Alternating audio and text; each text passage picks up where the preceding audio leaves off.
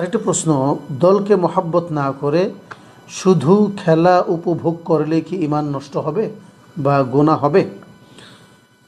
দেখুন, যদি কেউ হৃদয়ে যারা খেলছে তাদের সেই সমস্ত দলগুলোর প্রতি, অমুসলিম দলগুলোর প্রতি ভালোবাসা রাখে নাই, মহাব্বত রাখে নাই, শুধু খেলাগুলো দেখছে, তাহলে ঈমান হয়তো নষ্ট হবে না, তবে অনেক বড় গুনাহের কাজ হবে।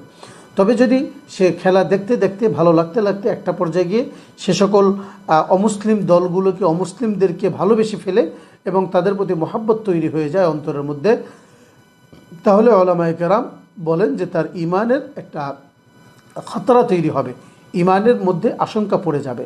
এজন্য তাদের খেলা না দেখাই উত্তম, কারণ দেখতে গেলে মহাব্বত তৈরি হতে পারে, মহাব্বত তৈরি হয়ে গেলে ঈমানের ক্ষতি হওয়ার একটা আশঙ্কা রয়েছে। এছাড়াও যেটা বললেন আপনি যে শুধু খেলা উপভোগ করলে কি গুনাহ হবে, খেলা উপভোগ করার সাথে সাথে তো অনেকগুলো গুনাহ জড়িত।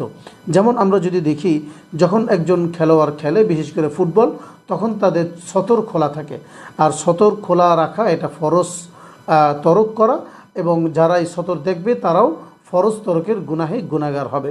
যেমন আমরা তিরমিজি শরীফের 2317 নম্বর হাদিসে দেখি, আবু হুরায়রা রাদিয়াল্লাহু তাআলা বলছেন, ক্বাল রাসূলুল্লাহ সাল্লাল্লাহু আলাইহি ওয়াসাল্লাম, মিন হুসনি ইসলামিল মারই তারকুহু মা লা ইয়ানিহি।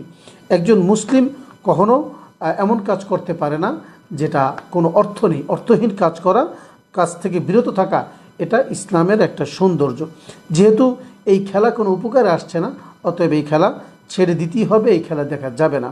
এছাড়া শরীয়তের পরিপন্থী আর অনেকগুলো রয়েছে।